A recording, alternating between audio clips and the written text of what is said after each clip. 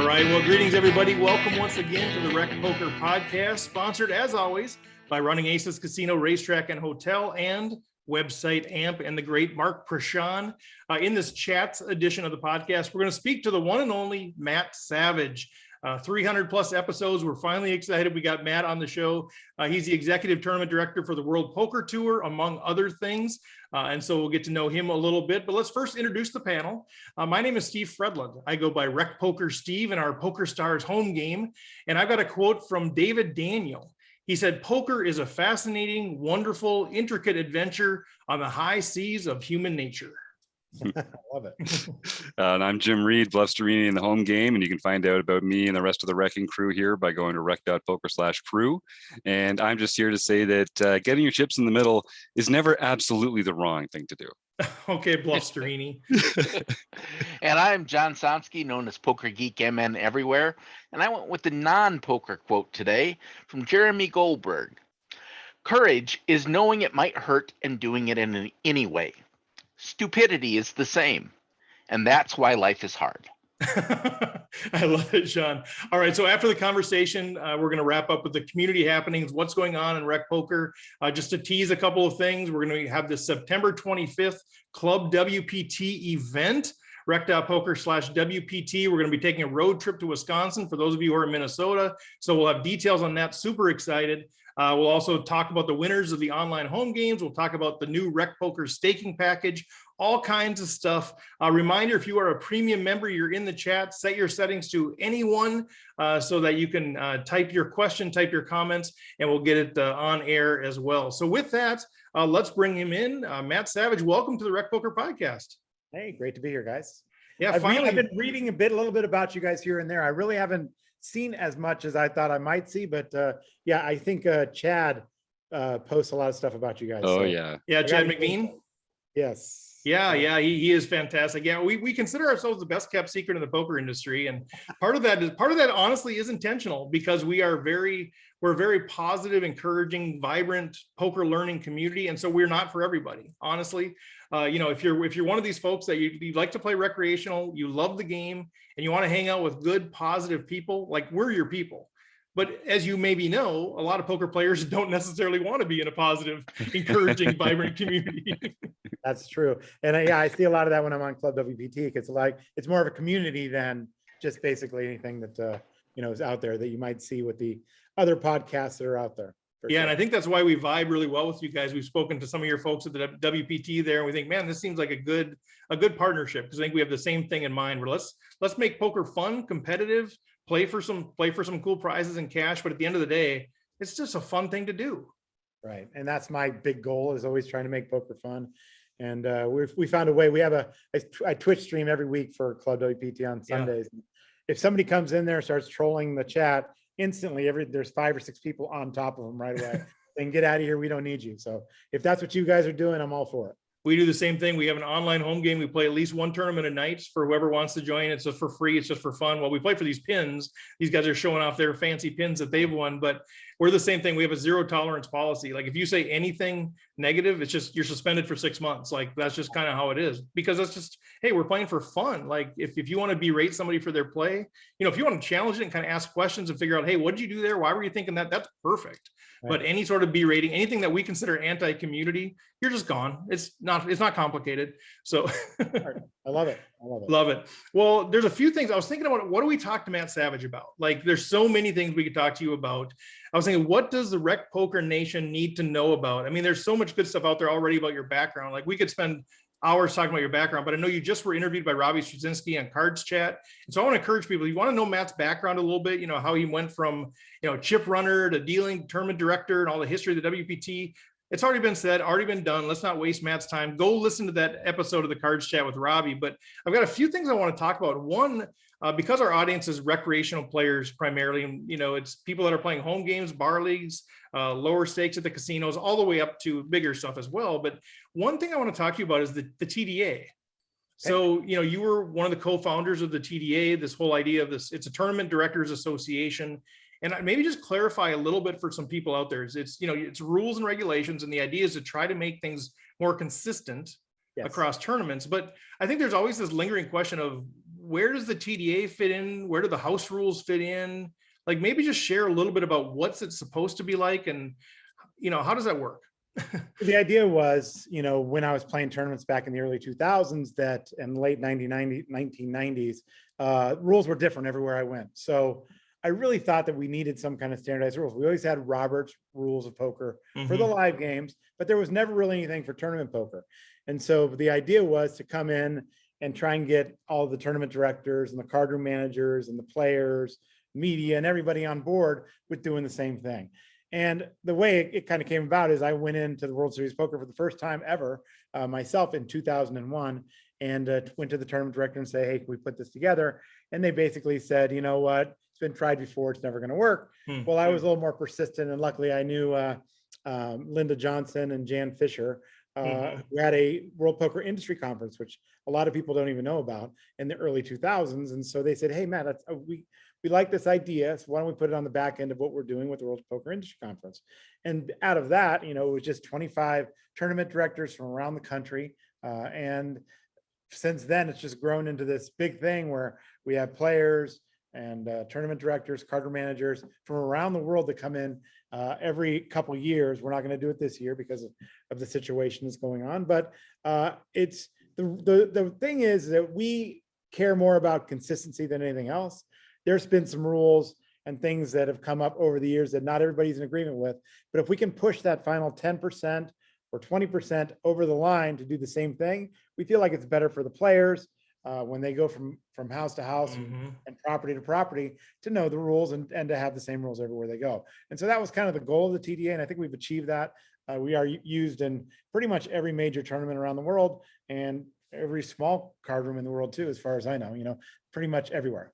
Yeah, and I love the idea, but I know there are certain house rules. So does each venue have the ability to say we're going to use TDA or not, or to say, we're going to override that rule with our own rule? Like how much, and I know it's kind of volunteer, but do they have full latitude to change up from what the TDA suggests? Well, if they're going to be using TDA rules, we require that they use, the majority or almost all of the rules. And what usually happens in those cases is if they start using a rule that's different than what we use at the TDA, that's kind of standard, then the players will say, well, you're not really using TDA rules.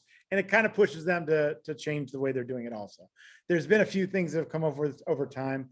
Kevin Quintanilla down at Hollywood or Hawaiian Gardens really likes the fact that they use the last card off the deck or the first card off the deck. And we had changed that back from first card to last card off the deck, and then back again. He went with the first card off the deck. So those are little carve out things. A lot of people that were in that room when we had this argument with Daniel Negreanu weren't on board with what he was saying, that it wasn't good for the game. They all felt, a lot of people felt it was still good for the game. And because of that, we allowed him to keep that, yet still use TDA rules. And I love it. Feels like it's very freeing for a lot of the tournament directors too. Like a lot of the tournaments I play are that $200 and under, and the tournament director can just say, well, it's a TDA rule. Like one of the latest rules is sort of like, if somebody just says 4, right. Now instead of it being just totally discretion, it's, well, let's look at the size of the pot to determine if it's 400 or 4,000. The blinds and the size of the pot. And it feels like from a tournament director's perspective, that'd be very freeing to just say it's a TDA rule. Right. And we do that a lot. A lot of people say that, and it's been funny. In my career, I've been going, all over, and I've seen different things and run these events. And I might come in and run like a tournament for a place that I've never been to before. And somebody will challenge a rule, and then I'll go to the table and make that ruling. And they'll say, well, how do you know? It says a TDA rule. This is what we, let me see the rules. How do you know that's the rule? I said, well, because I wrote it. That's yep, exactly. Well, it turns out. So yeah, that's happened a few times in my career, but it's been fun to do. And everybody at the table, like 8 people look at me like, what are you going to say? What's going to happen here? They're challenging you on the rule that we know that you wrote. And so it's funny, but yeah, I always make it good. I don't really try to intimidate anybody or put anybody down, but we just have a little fun with it at the time. Yeah. It feels like one of those jobs, being a tournament director. It feels like you're a basketball referee. Like, or football referee. Just feel like you just get yelled. I mean, nobody's really ever saying, hey, you did an amazing job. Hopefully they do, but it feels like it's mostly just you're unnoticed unless somebody's got an issue, and then you just kind of get yelled at. Like, I mean, how do you sort of navigate that? Or how do you know, one of the things we talk about on the show quite a bit is there's a lot of people that kind of want to get into the industry, whether it's in media or in different ranks. So somebody's maybe thinking, you know, I kind of want to become a tournament director. Like maybe I've started dealing, what sort of personality, what sort of characteristics make somebody who be a good tournament director?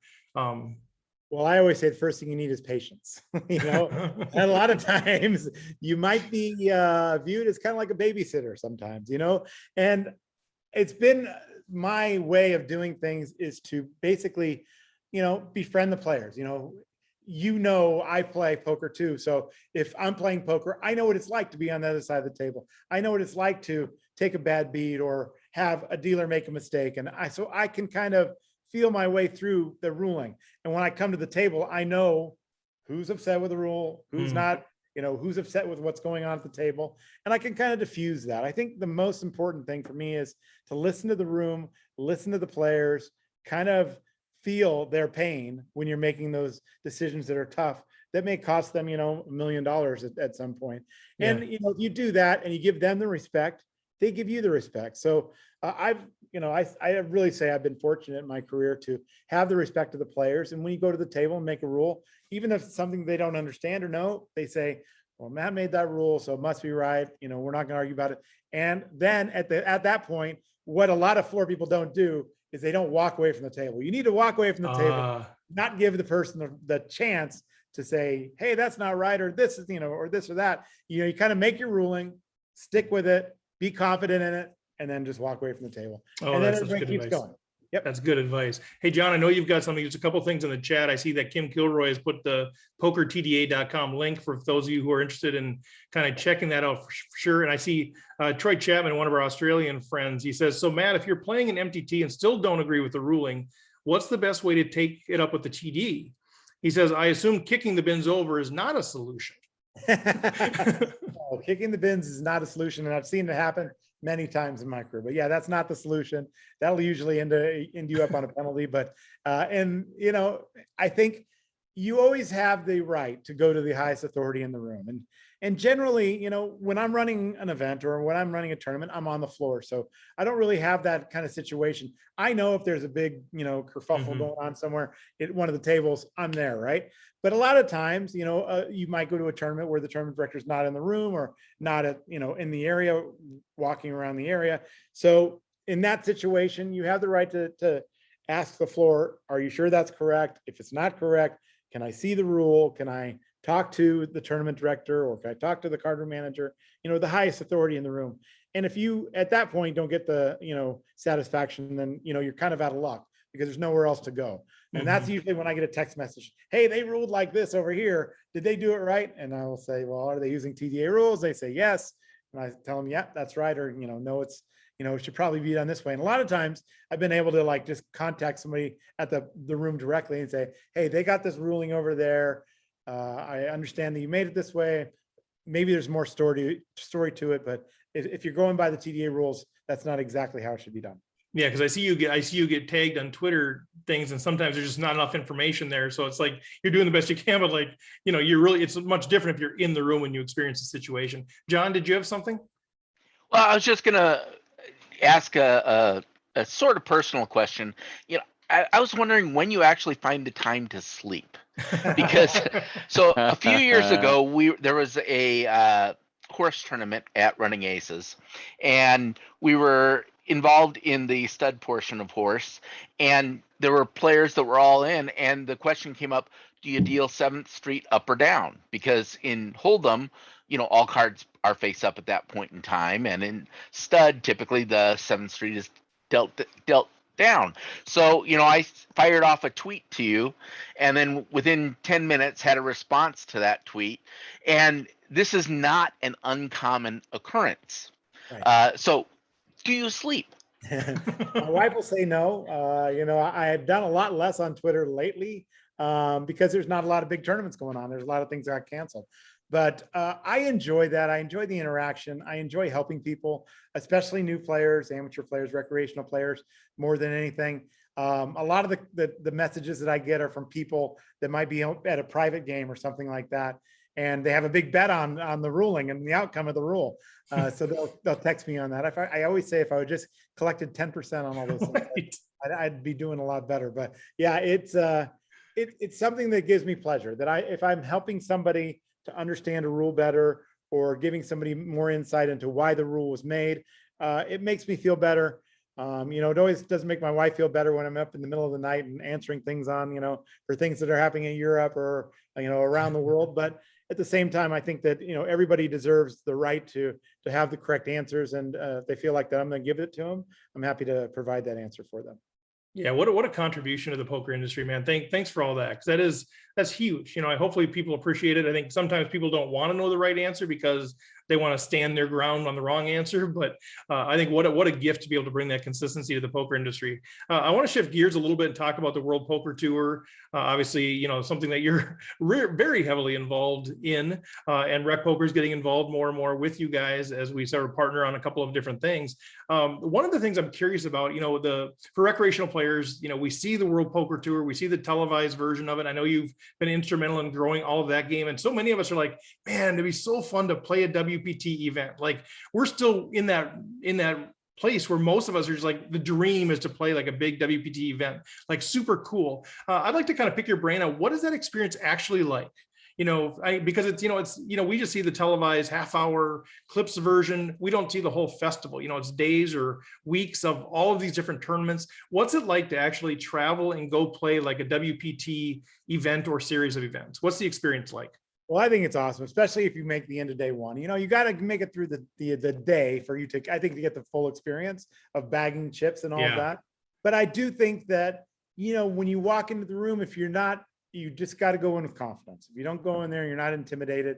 We try, and one of my big pushes is to try and get the everyday player into our events. Mm-hmm. And so I really stress when we do these events that we have a good satellite system where people can win their way in for a little bit of money. And of course, if somebody has any question or anything about the rules or about the structure or anything like that, we have a lot of people that are great in place, that are tournament directors at those properties that will answer those questions for you. So nobody ever needs to feel intimidated. But I feel like if you go there, and for years we had Mike Sexton doing the shuffle up and deal, mm-hmm. and I would be there, and Tony Dunce now and Vince Van Patten are there, Lynn Gilmartin, and we're really revamping this and running this up, and we've had record numbers because of that. And I think a lot of that, just the feeling of being there with the people that are on television all the time is a great experience. And I think that you're going to see more and more of that on the World Poker Tour when we come out the other side of this situation we're going through right now. But I think we really try and make it special. I always say that the World Poker Tour, to me, is the player friendly tour. It's not like a poker factory. It's not like you're going to go in there where nobody's going to get known. And if you go to the people that are running the events and say, hey, live updates, I've got some people back home, or I got a group of people or friends, or I won this way in through ClubWPT or through my home game or whatever, we're going to feature you in the live updates, and we'll give you a little bit of a push so you can really feel the experience that other people are having. I really hate that a lot of times the media just focuses on the big names. I really want to see those stories get put out. And when I was working at the World Series back in the early 2000s, there was a production group called 441 Production, mm-hmm. and they did a lot more, I think, story based on the player. And I think that we got into doing that more and more of that with World Poker Tour as well. And I really think that that's the way to go, because everybody's got a story, and not everybody's a professional poker player, but we want to promote those that are coming out for the first time and playing those events. And hopefully they have a great time, do well, make final table, and win the tournament. And that's great for the pros, right? If we can build that base up, build the prize pools, build all of that stuff up. And so, yeah, I love when you guys feature, here's a ClubWPT, person that qualified and they got in. And, that's one of the reasons we were excited to work with you guys, because, a little self-promotion, but we have an event coming up on September 25th. It's the RecPoker tournament on ClubWPT. It's free to play, right? It's free to play. You become a member of ClubWPT, you log in there, you play the thing, and the winner is going to get a $2,500 seat into the Thunder Valley event that you guys have coming up in December. Like, it's huge. Like, people, go do this. And I know, a number of us are in Minnesota, and so we can't do it in Minnesota, but we got a road trip. We're going to all go to Wisconsin, and we're going to play ClubWPT there. Like, it's super fun. And so, share a little bit about that. Like, it's just some of the stories that like you said, of everyday Joe, or if you have any examples of somebody that went through Club WPT, to kind of give people, the sense that, hey, go through Club WPT, win this thing, become a member, and then play in this big tournament. Like, are there examples of people actually going deep that have qualified in that way? Definitely. We've had one winner that came off of Club WPT. Yeah. His name was LaRon Washington early on. And, but we've had a lot of people make the money, go deep in these events, but we are always going to feature those people. And like I said, Club WPT has really given us a real opportunity to get some of those people, to come out of places that we, don't really see poker players come out of too often. I know you guys are in Minnesota, you can't play up there, which is unfortunate, but are you guys playing at Canterbury or wherever you're playing? Well, Canterbury Running Aces. Yeah, Jim's up in Canada, so he's good to go. And we've got, let's see, who else we got? We got Australia, we got Canada, we got, you can play in we Australia. got Maine, we got all kinds of people here. It's me and John that are sitting here going, this stinks, we're going to Wisconsin.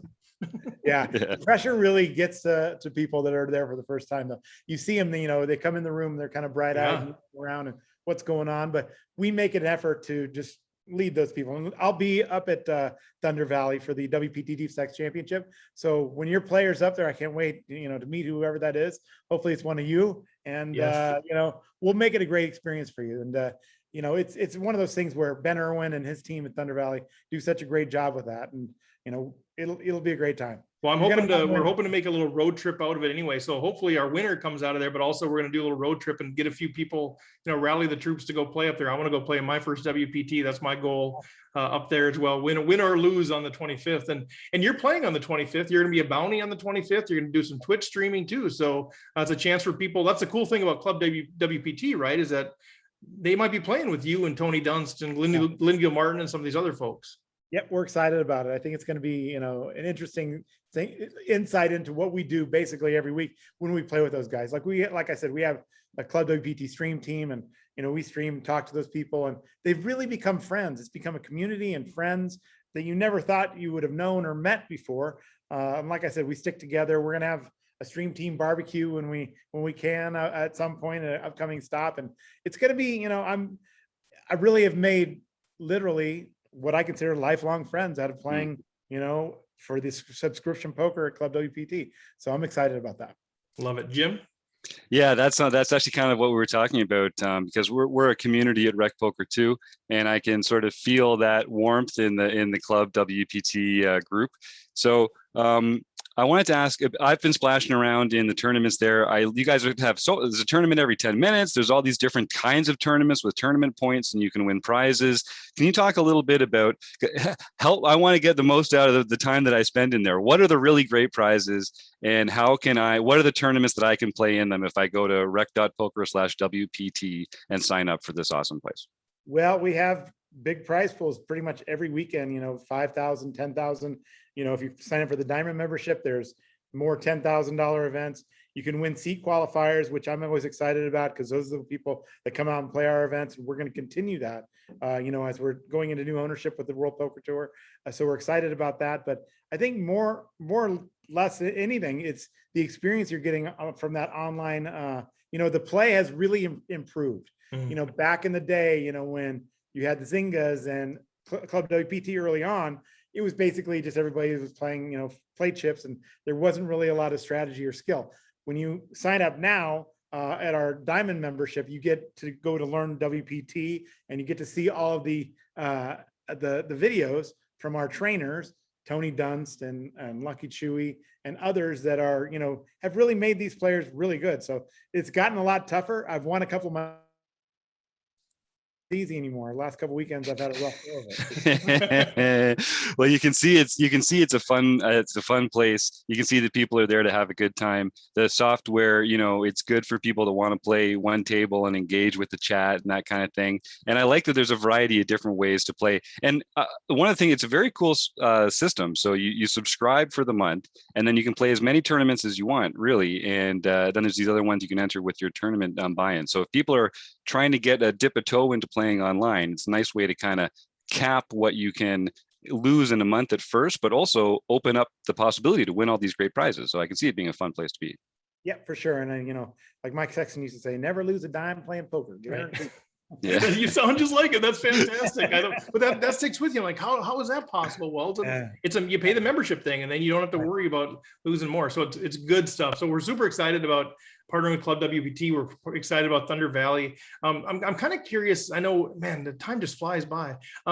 So there's another major tour that you might have heard of that has made a recent ruling that, they're going to require vaccinations to play in their series. I'm not going to, you're not making decisions for them, but I'm kind of curious, like, how do you navigate some of this stuff? And I don't know exactly your role in making some of the decisions about which WPTs are canceled, if that's venue specific or what, but like, how are you just generally kind of navigating this whole COVID thing? Like, do you have any like major, like sort of, kind of pinning down the corners of the sheet where you're saying these are our things that we're standing on? Like, because it's a nightmare, right? It's a nightmare for everybody. But how are you what's your paradigm kind of going through navigating this? Well, we've had, just some, it's just been an amazing, tough time for a lot of people. So we understand that on the World Poker Tour, and we, are trying to do things. We had 3 final tables that got delayed over a year. So it turned out to be the longest poker tournament in history, a couple of those. But we had to navigate all of that. The gaming requirements for mask, no mask, plexiglass, all of those things. And of course, we're filming a television show on some of these shows. So it was a tough decisions that we had to make, pushing it back, communicating with the players, understanding their plight, that maybe they need that money and they're, going forward. It was a tough, really tough thing. Luckily, we had the 18 people that were waiting for those 3 final tables. We're pretty understanding about that. Some of them even said, we don't even want to come back now. We'll push it back even later, but we ended up getting those final tables done. And then as we started to come out of it, and that first, kind of big wave was over, we were fortunate enough to have great partners like Choctaw in Oklahoma. And then we have Seminole Hard Rock in Hollywood, Florida, Tampa. So I did go to some of those events. I was there and, at first they were using plexiglass and they had sanitizing and all of that going on, mask requirements, and literally breaking records, because so many people were just dying to get out there and play poker. Pent up demand. We never really had any issues. It was actually run really well. They do such a good job with running it, and their staff there is amazing, and dealers are also amazing. It's one of those things that's really tough to navigate. And, one of the issues that we're having now is getting people to come back to work, to deal and do those things. So, I think that one of the reasons why, the other thing we're talking about, the WSOP, maybe made that mandate, not only because it makes the decision so much easier, right? When they have a ruling to come down, maybe somebody comes down with it, but also I think it will reduce the field. And I think that in the end, I think they're going to be struggling to get enough dealers to cover that behemoth of a tournament. And if they have smaller numbers, I think it makes it easier for them. It's more flexible. I don't think they'd ever come out and say that that's a reason why they made this decision, but it doesn't hurt. It doesn't hurt. And I don't blame them for making that decision, because, when they first came out with the first mandate, there was a lot of confusion. A lot of people didn't understand what would happen. There was the thought that you could, make a final table and then somebody could walk up to you and say, sir, come with me out of the tournament. You've been exposed. Yep. Been exposed. Very tough. It's very tough. I applaud. They have such a great, massive festival that they're putting together. So I think it's very tough for them. I know they want to get it done and get it back live again, because they've been doing a lot of online stuff, and so have we. We've been fortunate with great partners with 888 and Party Poker, Club WPT, and all the things we've done online. And I really think it's created a brand new group of people that maybe didn't play poker before. So I'm excited and looking forward to the future of poker when we come out of this, and seeing a lot of new faces that I haven't seen before. Well said. You should have like a high ranking position in the poker industry. I mean, you're so you're so articulate with this stuff, and very, you're very unbiased, and very well said. Hey, if there's any premium members, have you any questions or comments, put those in the chat. I've got one more question, I know, for Matt, and then Jim and John, if you have something else, you can chime in there. But shifting gears a little bit more, but just, with as close as you are to the industry, and maybe this impacts smaller buy-in tournaments more than the bigger buy-in tournaments. I'm not sure, honestly. But we're at a place right now where, as we talk to different poker venues, tournament poker, it's tough to pull off. It's tough to financially justify tournament poker with that floor space when they could be doing slots or cash or craps or anything else, because the business model is just so hard. And so, trying to explain that to tournament poker players, people don't get it. I mean, I'm a business coach, so I understand finances, but there's only so many levers you can push, right? Like tournament players want, 8-handed, longer levels, more starting chips, all of the, they want everything, right? And obviously, and less rake, right? And obviously you can't do that. I'm kind of curious, like where you think that's going. Do you think, is lower buy-in tournament poker sustainable in casinos? Do you feel like where's it going to tip? Do you think it's going to tip in the rake? It's going to tip in, everything's going to be higher buy-in. Where do you think this is going to go from a business perspective? Yeah, it's unfortunate that a lot of times now, I don't know if you guys know who Rob Young is, but he's with Party Poker, but he's really trying to push this thing for have a union of poker players, which is something that's been talked about for a long time. And I'm always, generally on the side of the poker players, but it's a tough one because even as we come out of this, there's not a lot of conventions like here in Las Vegas. So every single room that's being booked now is being booked by gamblers, right? Mm-hmm. They're not necessarily the convention guys that's coming that may not play at all or anything. So poker again is getting in that position where we're kind of getting pushed to the side again, and the financials make sense. You'd rather have a high limit slot room than a poker room for these things. But there's a lot of people that are on our side of the business that are pushing back and saying, look, we know that we bring people into these casinos. Right. We make a difference, we make a difference to your bottom line. So it's a delicate balance. And, it's tough because if we don't have these big poker tournaments, and a lot of places I know that are now open up, don't even run tournaments yet. They're just running cash games because they're so full and they don't need tournaments. And a lot of people don't realize that poker tournaments were built to bring people in for cash games. And with all the reentry and all the other stuff that's come up over the years, that's kind of hurt the cash games a little bit, because people became focused more on just tournaments only.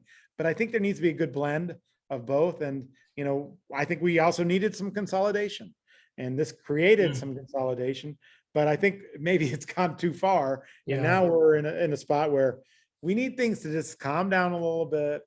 Some of those people that just wanted to get out there and gamble right away, maybe the numbers go down a little bit, and then they'll see that they need poker again. And I think, there's a lot of great rooms that are still open and open up and doing quite well. So, I think there is a balance there, and hopefully a lot of these casinos and card rooms find that spot. So I know the card rooms. Oh, sorry. Hey, who's our friendly visitor there? That's Max. I know the card rooms are definitely in need of having all facets of the game. So, I'm always out there pushing and hoping that we can keep these things going, and that the tournaments can be as successful as they have been coming out of the other side of COVID. Yeah, I love that, because I think we're in a position where we do, we interact with a number of smaller venues that have not restarted poker tournaments, and they may not. And we do get asked our opinion, like, what do you guys think? Like, I would love to be able to kind of give them some more ammunition, because I know the argument is, we put butts in the seat. Tournament players put butts in the seat, and they're going to do other things. And they're going to bring with family members that maybe will gamble too, but it's kind of a hard argument. So I'm always in search of what can I tell these venue operators to justify tournament poker, because obviously I would like to see that continue as well. Yeah, and it's the thing, people are always saying, the rake's going higher. And, one of the reasons it was going higher is because of maybe something that I caused. And this was this big wave of reentry. And I think it's reentries aren't for everybody. A reentry shouldn't be in every tournament. Maybe there should be some tournaments that don't have no reentry and more freeze outs and things like that, because a lot of those people that would come in and play a tournament, then go play a cash game, just re-enter in the tournament. And once they're out the door. They've spent their money that they've come in with. And so I think you're going to see more freeze outs come back too. At least I hope so. Because I think that's really the way poker tournaments should be played. But I think that the poker players need to understand that there's a reason why we're running these tournaments. And at the same time, I think we'll be back. I think we'll be back and better than ever. Like I said, we broke numbers on the World Poker Tour and some of our events coming back out.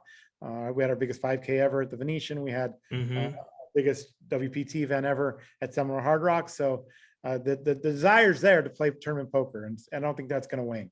Yeah, I told my home casino, I said, I'm your worst client ever. You got to figure out a way to keep me there because I live 20 minutes away. I drive there. I play the tournament. I don't eat anything. I maybe have a soda or some water at the table. And then when I'm done playing the tournament, I leave. Like, you got to figure out a way to keep me there to justify it. I'm like, I'm the worst customer ever. So figure out how to keep me there, and then you'll figure out how to keep the others there. John, did you have something? Well, I was just going to say, you know, I know from my perspective, having poker in the tournaments definitely allows my wife to lose money at the slots. We have a constant game. When we go out to Vegas, can I win enough playing poker to offset her losses at the slot tables? And it's not very often that it comes out that way. Well, that's the problem too, is that they don't see that. They see you maybe with your card Right. in the poker room, and they see her with her card out in the slots and not put the two together, right? And so that's been a constant struggle for the last 20 years for me, is to try and get people to understand that that's the case. You know, I come from the card room world in San Jose, where we didn't have slots, so it wasn't as much of an issue. But they have other games, you know, they call them California games, which is, you know, the baccarats and the blackjack and all that other stuff that they play out there, that they would much rather have a player at that table than at a poker table. So it's been a struggle that I've gone through like my entire career. But at the same time, I think that, you know, a lot of casino managers that have been around for a long time understand the value of a poker player. And, you know, I hope that those are the people that are in the right places to make these decisions going forward. And John, we are going to send that clip to your wife too, by the way, that you just called her out on the RecPoker podcast. Yes. Love it. She's heard me tell that story to several people before. There you go. There is a one follow-up that came in through the chat, follow-up to kind of our earlier conversation with the WSOP and what they're doing too. Do you anticipate, you know, the vaccine requirement, the vaccine mandate as something for WPT events? Could you imagine a scenario where that could potentially become, is that going to be a venue related decision, or, yeah.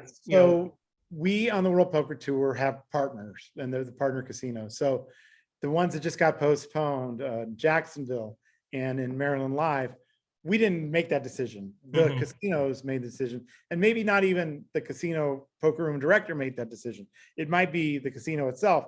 In Maryland, it was the casino itself. In Jacksonville, it was the director of poker that made that decision, and it's because of, you know, what was going on in Jacksonville at the time and what's going on up in Maryland. So I think that we will support anything that our partner casinos feel in the best interest of their casino and the players. So it's not really our decision. Whereas the World Series of Poker is owned by, you know, Caesars. So Caesars is making the decision, right? This is their decision that they've made. So we don't really have that latitude to say, no, you have to run that event, right? Where we could say, you know, we're gonna go to your event. If you guys have mask mandates, if you have vaccination mandates, or whatever you have, we're there to support our partners, and we'll do whatever they say they want for their players and their guests. Hence the word partners. Big fan of the word partner. Our Australian member that's on the chat, he said down here, he didn't say down under, but he said down here, people will likely need to show a passport to prove that they've been vaccinated to get access to the venue. So everybody's struggling with this, you know, what do we do? I know it's a wrestle for us. We rented a big Airbnb house in Vegas for the World Series, you know, private pool, just gonna have a blast down there. And we've had to struggle with what's our policy. You know, we've erred on the side of, you just got to be vaccinated. We're going to follow the WSOP rule, but it's tough, man. We're all just kind of dealing with it. And, you know, we're all people, and people have different perspectives. And I love that you're being as respectful as possible to everybody that has different perspectives. And that's what it is. I think almost to your point about being a TD, you come in, you make a ruling, and then you move on with your life. Like, not everybody's going to like it. Yeah. And it is a thing, you know, I mean, look, there's a big Twitter beef going on all over through poker players because of what's happening. And, you know, it's their policy. You know, if you don't want to play, you don't have to play. It's not a boycott. We're boycotting. Well, you're not vaccinated. You're not really boycotting. You're just not allowed to play. So, Exactly. And people say there's going to be fake vaccination cards and all of those things, but it is what it is. We'll get through it. You know, we're going to get through this, and, you know, the United States is going to get through it. But I'm all out for, you know, the global game, and hopefully, you know, some of these people can come over here and play the World Series, and it's not going to be the same without the rest of the world here during the summer, which it wasn't. We're coming through the summer now, and the beautiful months are coming up here in Las Vegas. So I'm Yeah. excited. There are a lot of people will be coming out here because I get to go take them out to the golf course. So I'm excited to go to Vegas in October and not in June. As somebody that's only been there 3 times before in June, Yeah. I'm excited to go in October. I know we're a little bit past our time. One more That's fine. question for, if you don't, one quick question here, and then we'll let you go. I promise. From Chapo down in Australia, just kind of a little bit different question, but I think back to the heart of who we are and kind of your roots too. He just says, what's your one best tip to run an enjoyable, successful, small stakes MTT?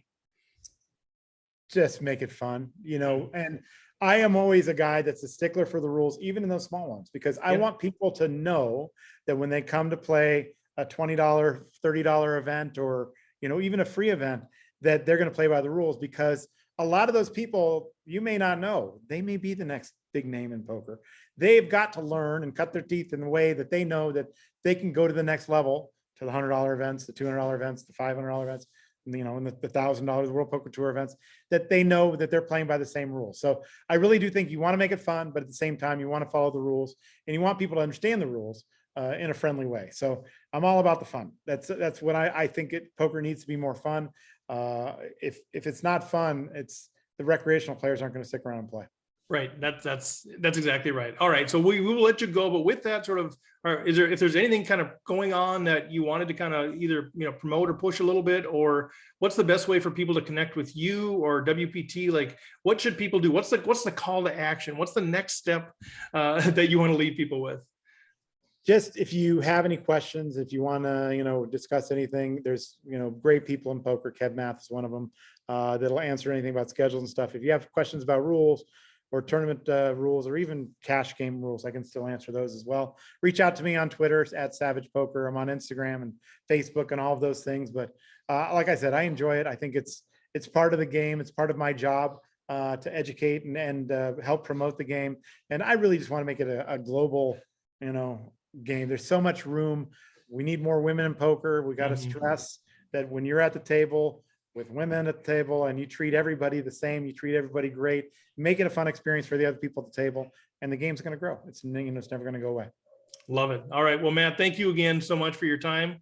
Don't be a stranger. We'll be in touch, and hopefully we'll get a chance to meet in 3 dimensions up at Thunder Valley in December.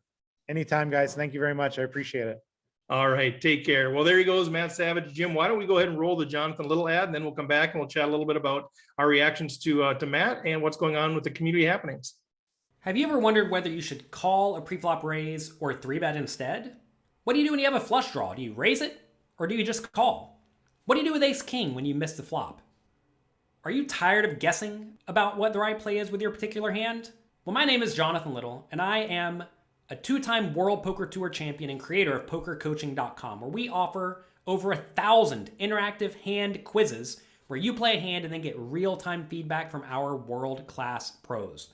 Don't guess and don't stress. Just register for your free account at PokerCoaching.com/RecPoker right now. All right, there he is, Jonathan Little, PokerCoaching.com/RecPoker. All right, guys, Matt Savage, your thoughts. Yeah, just exactly what I thought. He's been great on Twitter. He is exactly who he is, isn't he? You know what you're getting with Matt Savage, and that's the way a tournament director should be. So it's great to get to meet him and pick his brain a little. Yeah, as far as tournament directors go, he is the closest thing to a rock star that there is in the industry. So it was good to meet him. He's constantly answering everyone's questions, and I think he's probably one of the most influential people in poker. Yeah, I pick up on that. Like, it seems like he's in every conversation. Now, he wasn't really expressing himself that way. He seems like he's humble enough to not position himself as like the influencer, but it feels like he's influencing a lot of stuff going on, right? Yeah. Well, yeah, I mean, before the TDA started off, you'd go to a room and you wouldn't really understand what the different rules were. So you couldn't be a traveling poker player and understand how to play. You really needed to do your homework to understand the rule variations. And so he's been instrumental in that. He actually, for a while back this was probably 2003, 2004, he actually had a television show Yeah. about poker where he'd go in and do things. During and the he's moneymaker thing, like, right? Right. It was the perfect timing. Yeah. Yep. And it just he's involved in so many different events. I mean, the World Poker Tour events, does everything all over there. He was the main poker tournament director at the Commerce Club in Right. LA, which the LAPC is probably the second largest poker tournament in the world, next right behind the World Series of Poker. Mhm. So and he was the tournament director at the World Series of Poker Yeah. right before Jack Effel took over Right. and the Moneymaker boom. And I think Bay 101, I think he's done a ton of stuff there. I think that's his home casino. Yeah. Yeah, he could have actually, was given the opportunity to become the WSOP tournament director, Oh, but they required exclusivity for that, and he Okay. opted not to do that at that point in time. interesting. Okay. Look at Samsky bringing the real message here. Love it. John's the historian. We know. He's our I historian. just know lots know. of useless information. That's not useless. That's interesting. I love that. I mean, whatever that says about him or whatever, you never know what the whole story is, but it feels like it has that. It rings of I just want to grow the industry rather than grow a single organization. At least that's a great way to position it.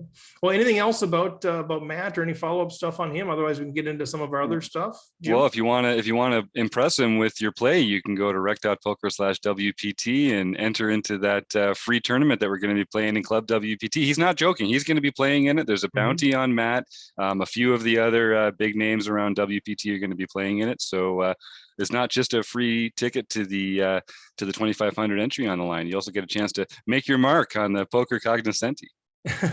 and he streams a lot. I guess I don't know if he's specifically streaming that tournament or not. I think he is, but he streams a lot of stuff. So hopefully he'll be streaming that as well. Yeah, and I think Taylor Moss is going to be coordinating something with him, Yeah. or maybe we can watch that stream at twitch.tv/recpoker on our channel there. That would be fun.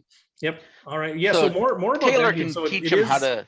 Go ahead, John. I was going to say Taylor can teach him how to take streaming to the next level. Nice, exactly. Exactly. Moss. Moss. Yeah. He'll play pocket fives and beat him, and then Chris Jones will never let him hear the end of it. But no, so September 25th. I know if you've been listening to the podcast initially, I don't know if we ever announced it, but it was looking like September 18th. It got moved to September 25th. So that is the day. This thing releases on September 14th. All right, so 11 days from the day of this release, we're going to have this tournament September 25th. And so we have all the details on this thing at rec.poker/WPT. But here's the deal. You need to be a Club WPT member to play this thing. There are some opportunities for free trials. There are some great ways that you can become a member and play this thing. If you live in a state, there's a few states, unfortunately, Minnesota, my hometown, my home state is one of those. There's a few states where you can't, you're not eligible for prizes normally, but you are eligible to win this prize for this one specific tournament. So I have just 3 hours ago, booked an Airbnb in Hudson, Wisconsin. So if you're in Minnesota and you want to go to Hudson, Wisconsin, we've talked to the owner. We've got all kinds of space available for a bunch of people to go over there. We can play on the same IP address. That's not an issue with Club WPT. So Steve at rec.poker, shoot me an email. Let's get the details. Let's roll over there. RecPoker is picking up the bill for the Airbnb. So you just come play for free, play on Club WPT. We'll hang out a bit. We got the place for the night. A couple of you, if you want to stay over, you can. I don't have room for everybody to stay over, but we got a couple of beds there, but just going to have a fun time over there. So it's one of our road trips, I guess, officially, but a short one. But really, there's some nuanced details with this thing. Go to rec.poker/WPT. You become a Club WPT member. You get the free trial if you want, or stay a premium member if you can keep playing, support it, play it. But we have an affiliate link. You can use the code RecPoker. If you use that code, you get some bonus points. You can use those bonus points to enter one of their Sunday tournaments. If you're eligible for prizes, it's a 5K guaranteed tournament. So there's a lot of cool stuff here. And, if nothing else, we're just supporting the partnership that's growing between us and the WPT. The more that they like what we're doing, the more that we're going to be partnered with them, the more stuff that we're going to put out there for you guys. So anyway, just go check out all the details there. Jim, am I missing anything, or should they just go to /WPT and I mean, you killed it. I just want to jump on a couple of things in there because like it's just so many exciting things to share about this. But yeah, if you go to rec.poker/WPT, sign up through there, use the link, use the code RecPoker for the bonus, get the free trial, see what all the exciting prizes are to stick around. And then Steve, so you're telling me if I live in Minnesota, I can just get myself to Hudson, Wisconsin, and then hang out with you and Taylor Moss and John and the rest of the Rec Poker crowd for free in the Airbnb, hang out, play in this free tournament, maybe get my entry into a WPT event. Yeah. And all I have to do is like show up and hang out with you guys and have fun. I'm gonna call it. Yeah, that's exactly right. You got to be vaccinated. Sorry, we're gonna keep that rule in place just to keep things clean. So everybody that there has to be vaccinated. But yeah, if you're in Minnesota, come over there. Or if you're closer to one of the other borders, I think North Dakota, South Dakota, Iowa. I think those are all states you can play in. You can go to Club WPT to check it out. But go wherever you want to go. Go find a Caribou and play there. But yeah, if you want to come hang out with us, man, that's what we're gonna be doing. We can get in at 11 a.m. The tournament's at 1 p.m. So that gives us plenty of time to kind of test the Wi-Fi. Bring your hotspot with you just in case there's any issues. And we've got another guy. We've got Steve Olson out in Hudson. He said his house might be available. So we got a backup plan for overflow. So all kinds of fun stuff. I don't know, going a mile a minute. We got all kinds of really cool stuff, but it's going to be really fun. And I think we want to get part of me wants to get as many people to play the thing as possible.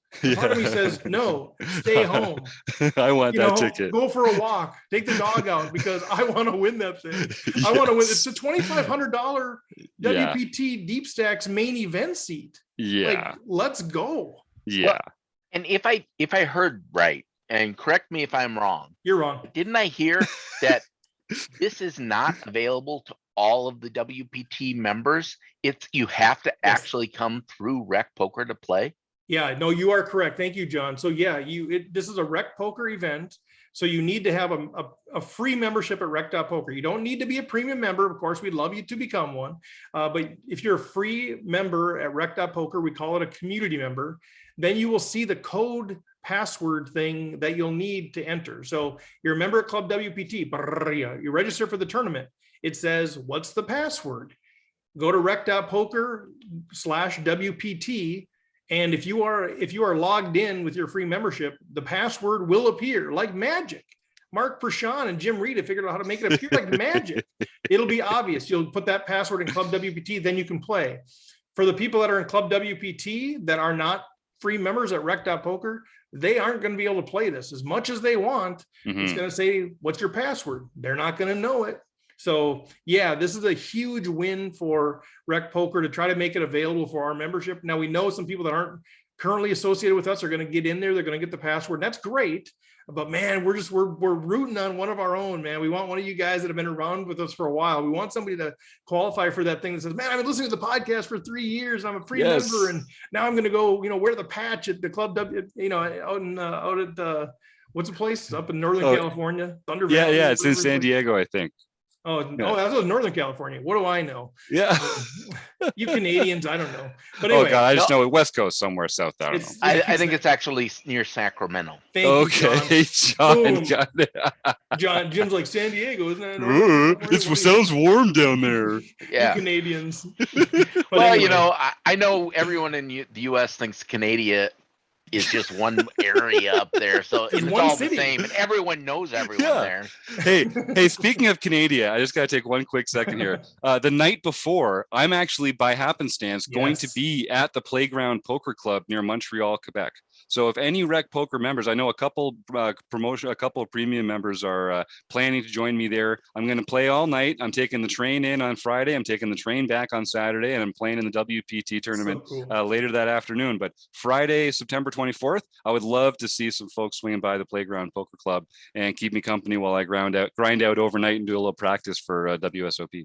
That's super fun. So do that. Hey, you want to give any props up to the little mini tournament that you guys just had? Some of you. I see Kim on here. I know EBM won the thing, but what was happening? You guys had a little Rec Poker meetup up there in Canada. We did. Yeah, we did. We had a little impromptu get together with some of the Rec Poker Middle Ontario premium members. So yeah, Kim, Pat Vet Kilroy, and my buddy Stu Carriage and Elizabeth and some other fun friends. It was a lot of fun. Yeah, Superman. That's kind of fun. Can't wait for this stuff just to lift and do Yeah. more and more of that. But anyway, so I think we beat that thing to death. But, Yeah, we sure but did. we're really excited about it. And we had Matt frickin' Savage on here to talk Yeah. about it too, which is super cool. So Mhm. Anyway, if you have any questions, rec.poker/WPT or email me, Steve at rec.poker. If you have any questions at all, please ask them. We always tell people, you got to ask questions. We try to think of everything. Just ask. Just Yeah. ask. And if we're not approachable, that's on us. But I think we're pretty approachable. At least I hope so.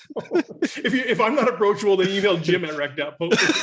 And if that fails, we'll send you to Somsky because he's the absolute most approachable person ever. That's And he right. has nothing Nicest going man on. in He's not poker. busy at all. So No, I'm never doing anything. good Lord, the guy's a busy dude. All right. So we got the World Poker Tour thing. Just one thing you caught up in this thing for those of you who've been listening, the WSOP house in Vegas, we kind of went back and forth on that decision. It's been arduous. It's been difficult. We decided to follow the WSOP's lead, and vaccinations are completely required to stay at the WSOP house. So I know that's not popular with everybody, but if you are somebody that's concerned about wanting to only be around vaccinated people, maybe this opens up the door for you where you're previously concerned. That was always kind of our rule, but we're always kind of like, how heavily do we enforce it? We are enforcing it. So if there are rooms in the WSOP house, so the whole place has like 4 private queen bedrooms and then a room with 3 bunk beds, six beds. And so kind of for whatever you want, and it's pretty full, but there's still room available on a number of dates. So if that's of interest, shoot me a note. Some details are rec.poker/road trips as well. It's going to be super fun there. And then the last thing is we've been talking about the staking a little bit. Yes. We piloted a staking program down in Florida. So we had some investors, we had some people playing. The management of it was a little bit tougher, a little bit bigger, even though I'm a spreadsheet guru. It's true. It's true. It was a little bit taxing. So what we're going to do, and we thought, how can we use this to build community more and more? So we're going to be putting the details out there, rec.poker/staking. But really, it's going to be more of a pooled approach. So there's going to be certain, our premium members, our Wrecking Crew members are going to be eligible to be players in this thing. And we're going to work out all the details. By the time this is released, we'll have all the details out there. So go to rec.poker/staking, but it's going to be more of a pooled thing. So when you're investing in one, you're investing in kind of the community of things. It's going to be a pool that goes beyond just sort of one event. It's going to be a little bit more of an ongoing pool of payouts. And so we'll have all the details out there, rec.poker/staking. But thanks for you guys. Yeah, Troy, I see you're out there too. Thanks for participating in the pilot. It was super fun. We didn't have the results we were looking for. We were down in our investments, but it was very successful in terms of how a pilot is supposed to operate and kind of working through how everything flows through. So thanks for that. So that's all the stuff I had to share. Mr. Somsky, turn it over to you maybe for the home games. Oh, did we actually have some home games this last week? Oh, yeah, we did. I saw another name out there too that I'm going to get the mute button ready again. Yeah. Well, the first thing I need to do is I need to thank both Chad McBean and Kelly Stork. This month, for some reason, the first of the month just snuck up on me. And here it was September 1st, and none of the tournaments for this month had been created. So I didn't even hear this. Yeah, well, Chad got a hold of me like at 2:30 in the afternoon. The guy notices everything. He is on fire. Chad knows everything. I'm going to start testing him with stuff and just see what he notices. It's crazy. Chad's nuts. How does he do it? Anyway, and then I got another note from Kelly saying, "Oh, where do I find the tournament for tonight's No Limit Hold'em series? It's not there." Oh, wait, there it is.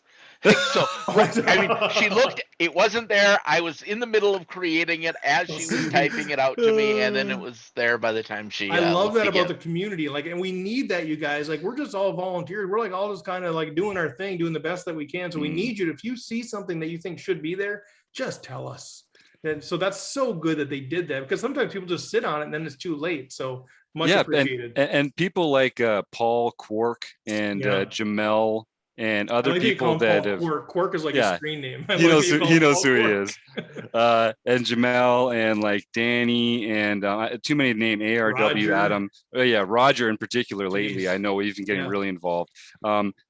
RecPoker needs its members to help out with stuff like that. The whole reason I'm a part of this is because I wrote into Steve and said, "Hey, Steve, here's a couple things I think I could help you with." And like that's the Steve way, man. So don't be shy. You email Steve at rec.poker and you tell him something that you could help with, and you might find you're a part of RecPoker before the night is over. We might have a new audio engineer out of this thing. I know. I'm so excited for this. Okay, so here is a piece of truth that it's never been revealed before. Steve sent me an email saying, I got this notice from this Jim Reed guy. Do you think we should let him come in and be part of this group? And I replied back, I don't think so, but I forgot to type the don't. It's your fault. That was exactly how that happened. I was surprised how amenable you were. I was like, this doesn't seem like John. Yeah. And especially given our personal animosity with John and I, the lack of chemistry made it really. And John's like the gospel for me, man. If I just ask John whatever he says, I do. So he's like, yeah, sure. Okay, I didn't realize you'd forgotten the word in there. Yeah, but I felt it was too late at that point. And now it's really been awkward. Now it's awkward. It's just awkward now. Sorry, John. Okay, so anyway, on September 1st, we did actually have our No Limit Hold'em series. So Klinger 50, Julie Murphy also owes a debt of gratitude to Chad McBean, and she won her very first No Limit Hold'em series event. Nicely done, Julie. I wonder if this is the Julie Murphy I know. Did she just start playing? Like, I didn't even recognize that screen name.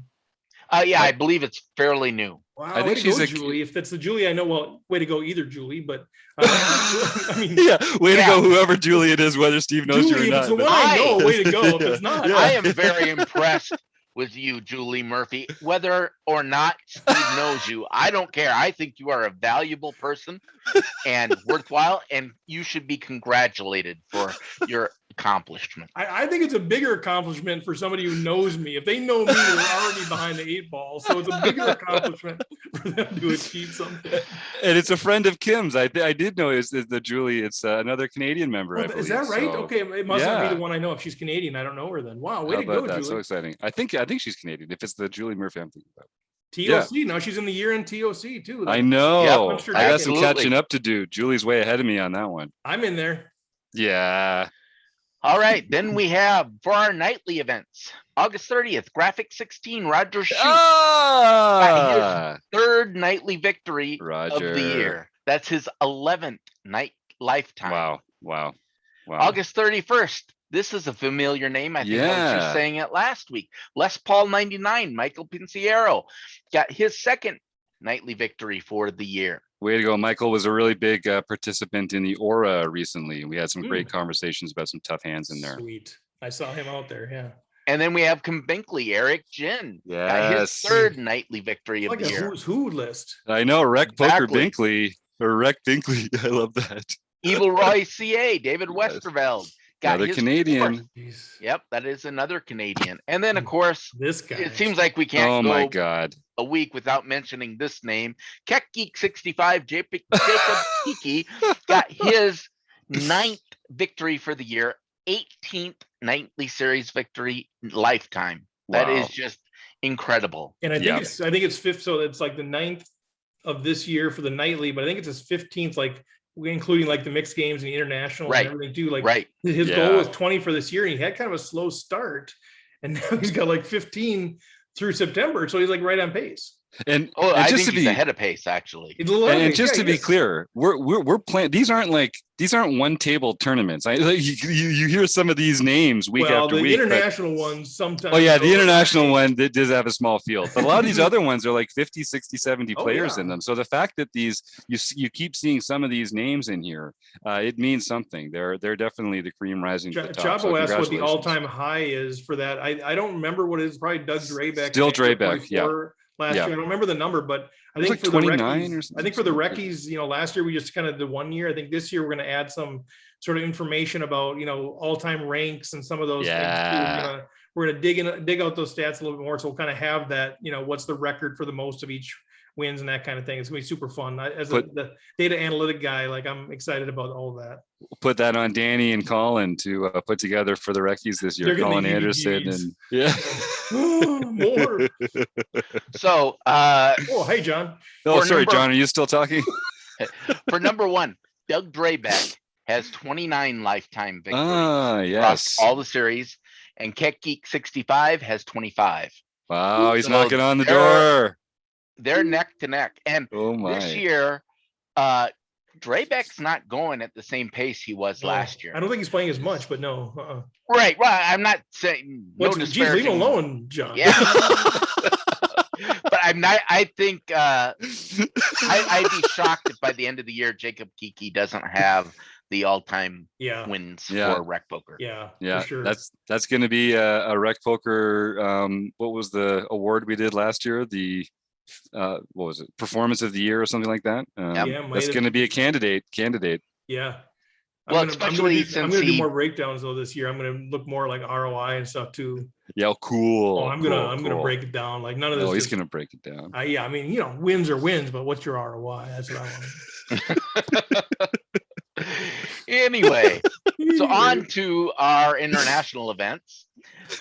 Rick the Good Dog, Rick Rock Omen, Rock. got his 5th international series victory, and Michael Babker, got his 2nd Mhm. international. Nice. Did you Nice. skip one on purpose?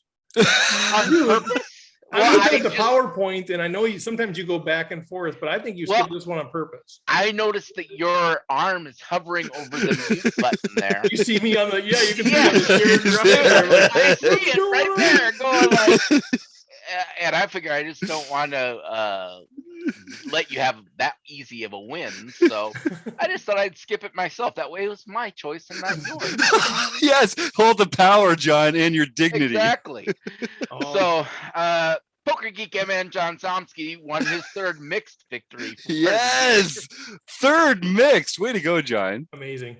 Yeah, and it was in horse. Horse is one of my favorites because it has a variety of games. It was super fun. Like I'm kind of hooked on these mixed games now. I mean, you guys cocked me into it. Now it's fun. I haven't played the last couple, but I played this one, sort of the mixed game practice event, the horse thing, and it's tricky to kind of switch games, but it is fun to it's good for your brain. Now I'm razzed.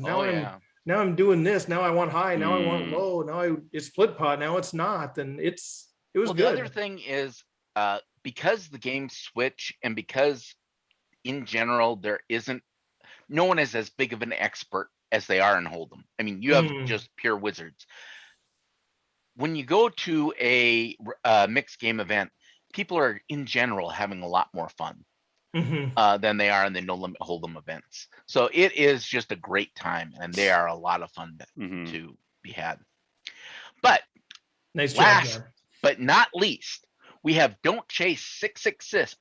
Joseph Armstrong won the LPP event for this week, his first ever LPP. So contact Jim at rec.poker to earn your 1 month of free training at Learn Pro Poker. Nice. And don't forget, we also have our Heads Up event this year.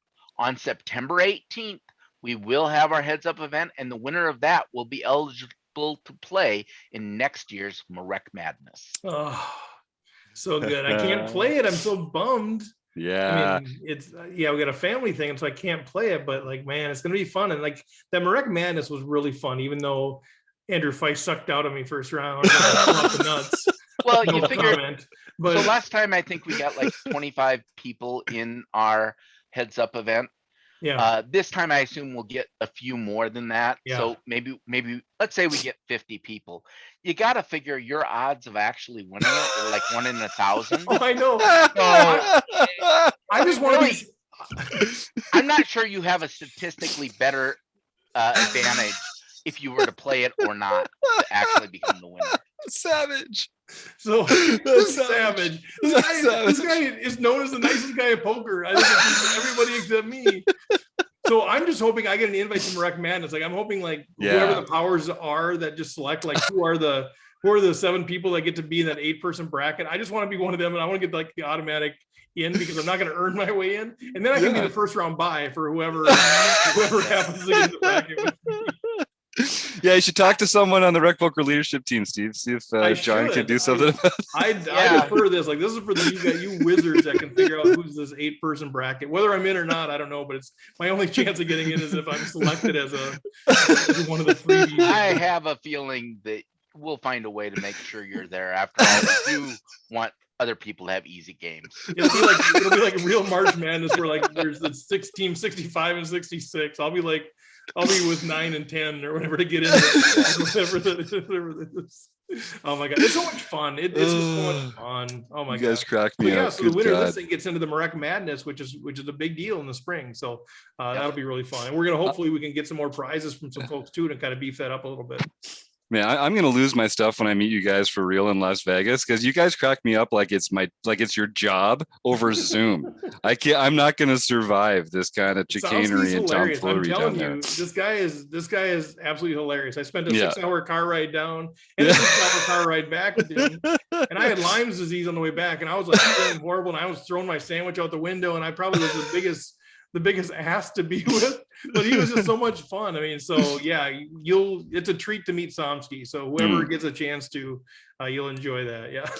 Well, another reason to be excited about September 18th is that it's the first time that Sky Matsuhashi is going to be joining me as co-host for our new series of study groups that we're doing together. So starting in September, in fact, by the time you hear this, you can go and download, if you go to rec.poker, go to the content archive. If you're a premium member, you can watch a longer video series as part of your premium membership at RecPoker that normally would be behind the paywall of Sky's membership site, this training site, the Poker Forge. So every month he's going to be releasing a longer training video just for RecPoker members. And then on the third Saturday of every month, he and I are going to host a little Q&A study group where any RecPoker members can come and talk to Sky himself and ask him questions about how to use Poker Tracker, playing 6-Mac Cash, playing online. And really what he's best at is active study and making us accountable to our studies, which is something that RecPoker is all about. So I'm really excited for that. September 18th, circle that. Don't be late.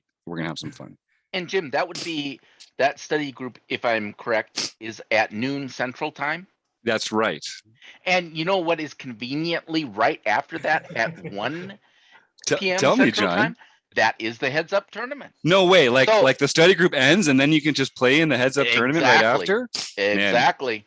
Hey, whoever John, works the schedule here knows what they're doing. Somebody knows what they're doing. Hey, John, on the Heads Up thing, just to clarify, I'm not able to play it, but for those that want to play it, they have to be registered before 1 o'clock, right? There is no late entry to that thing, right? Correct. There is no late registration because it's a shootout format.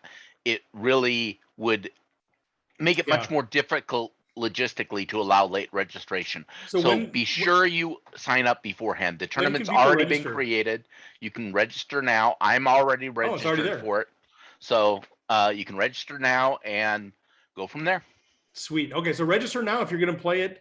If you're not going to play it, if you find out, try to remember to go out and unregister just so we don't have all these buys and stuff. That would be ideal because it's sort of this. The problem with having it open early is we have all these buys and it's kind of a pain. Some people even got like 2 buys, I think.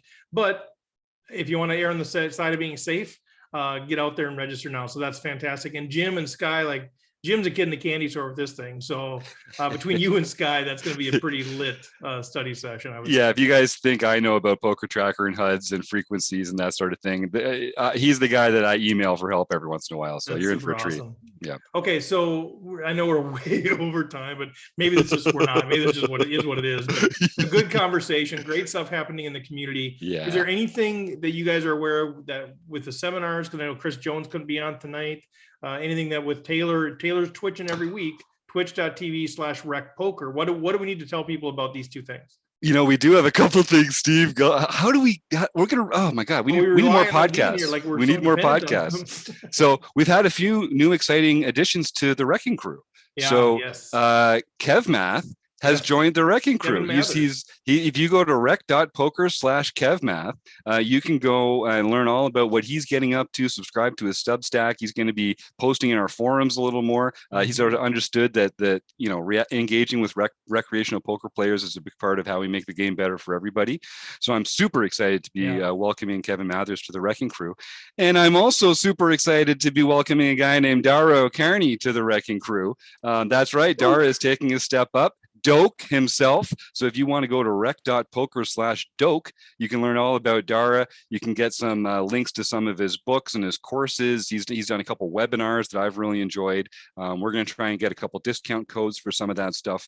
And yeah, you can talk to him in the forums. His username is @Doak here at rec.poker. And he's also going to be working with us every month in our monthly seminar. So what happens is Chris runs this program where we all play a bunch of hands together. We record the action. If you've seen it, you know what I'm talking about. It's amazing. It's on Poker Now, the platform. And we give Dara a hand that our two premium members have played against each other, and he breaks it down at a professional level. He does a 20-minute video breaking down this hand last month between these two players. It was nuts. Yeah. So and that's just the tip of the iceberg. I mean, we've also got Eric Jin is officially on the Wrecking Crew now. Keith Brandt, Monkey System, is on the Wrecking Crew. The Wrecking Crew is growing. We're gaining numbers, and we're getting more powerful every week. And it's amazing. Everyone's got their own little thing that they do there, and so that's the thing I'm so excited about. Yeah, it makes it's so good. It makes it harder and harder to just figure out who's going to win the first World Series of Poker bracelet. Like seriously, like Eric and Keith are like beasts. Like, yes, you know, yes. I used to think I know poker. Now I'm the dumbest person in the room, which is so good. I love it. No, I love it. Like, I am absolutely the dumbest person in the room. And every time somebody new comes in, I feel dumber and dumber. But it's a good thing. It's why I do these ones like, hey man, how's it going? And you guys are like breaking stuff down, because Eric Jin and Keith Brandt, like seriously, like legit people and legit players. And so I don't know what their plans are for the Wrecking Crew, but part of the Wrecking Crew model is to create a platform for people to kind of spread their knowledge and kind of build influence, and maybe do some poker coaching and that sort of stuff. I would endorse both of those guys if they're interested in doing poker coaching. Do it with these guys. I mean, Jim is great, John's great, everybody's great, but these are two more options that, you know, we'll make sure we get on the podcast to introduce them so that people know, because you're always kind of looking for that person that you jive with or whatever. But man, these guys are very, very knowledgeable, can really teach the game both to beginners and intermediate and advanced people. So more options for you if you're out there going, I want to learn the game. I think I could use some coaching. Go to rec.poker, go to the Wrecking Crew. We got all kinds of people that offer coaching. Find somebody that you think is a good fit for you, try them out, and get your own coach at a very reasonable price. And I tell you what, you're not going to be disappointed in any of these options. So great stuff. Yeah. Eric, Keith, obviously Kevin and Dara, fantastic adds to the Wrecking Crew. It's a powerful force, man. You know, I always thought that Dara was a good up and comer, a good kid in the game. And it's nice to know that he's finally arrived. And, you know, he's at the top now. He's legitimate now. He's made it. He's made it. He's made it as the Wrecking Crew. We call that social proof in the business. He now has some, you know, he's got books and stuff. He's had podcasts, but now the Wrecking Crew, he's now got social proof that he knows what he's talking about. It really legitimizes him. It does. I think this might put him on the map. Might put him on the map. Dara, you're welcome. It's our gift to you. Whatever we can do to help. All right, guys. Anything else for the good of the order? Twitch, Taylor, twitch.tv/RecPoker every Thursday night. He does some bonus stuff too. He's going to be streaming on this September 25th thing when we're out in Hudson at the house. He's going to be out there with his stuff streaming. We're going to all be in the room together, so we get to hear what he's thinking too, which is going to be really fun. But it's just going to be a blast. But yeah, log into the RecPoker so you can follow it, and then you can also subscribe. If you want to support RecPoker a little bit financially too, if you have Amazon Prime, you can actually link that and become a subscriber to the Twitch channel, and it gives like $2 or $3 a month to the RecPoker Twitch channel. So if you're not using that already, just to be clear, it doesn't cost you anything. It takes Jeff Bezos's pocket and puts it in. Jeff's paying us $3 a month or whatever. So if you haven't linked it already, do that. There's a few steps, but I was able to figure it out with instructions. So that's impressive. That means you probably can too. All right. Anything else, guys? Anything else? We better start wrapping this thing up. Yeah, premium members can join me for a recording of the forums episode after this if they like, and every week on Monday night. Troy and Kevin and Kim hung on here till the very end. I know they want to see it. They're the endurance people there too. Way to go. It's fun to have you guys on there for sure. Yeah, but check out rec.poker for everything. Sign up for the twerp newsletter this week in RecPoker. The podcast, we'd love to have you subscribe it. If you're listening, man, rate it and review it. That helps us a ton. If you ever go to the YouTube channel, RecPoker, we'd love to have you subscribe out there, comment comment out there, all that kind of stuff. But first of all, thank you to our guests, for Matt Savage. Thanks, John and Jim, for being here. Thanks to all of the premium members that were in the chat. That was fantastic stuff. Running Aces Casino, Racetrack, and Hotel, website AMP. Love you guys. Thanks for everything. I will chat next week.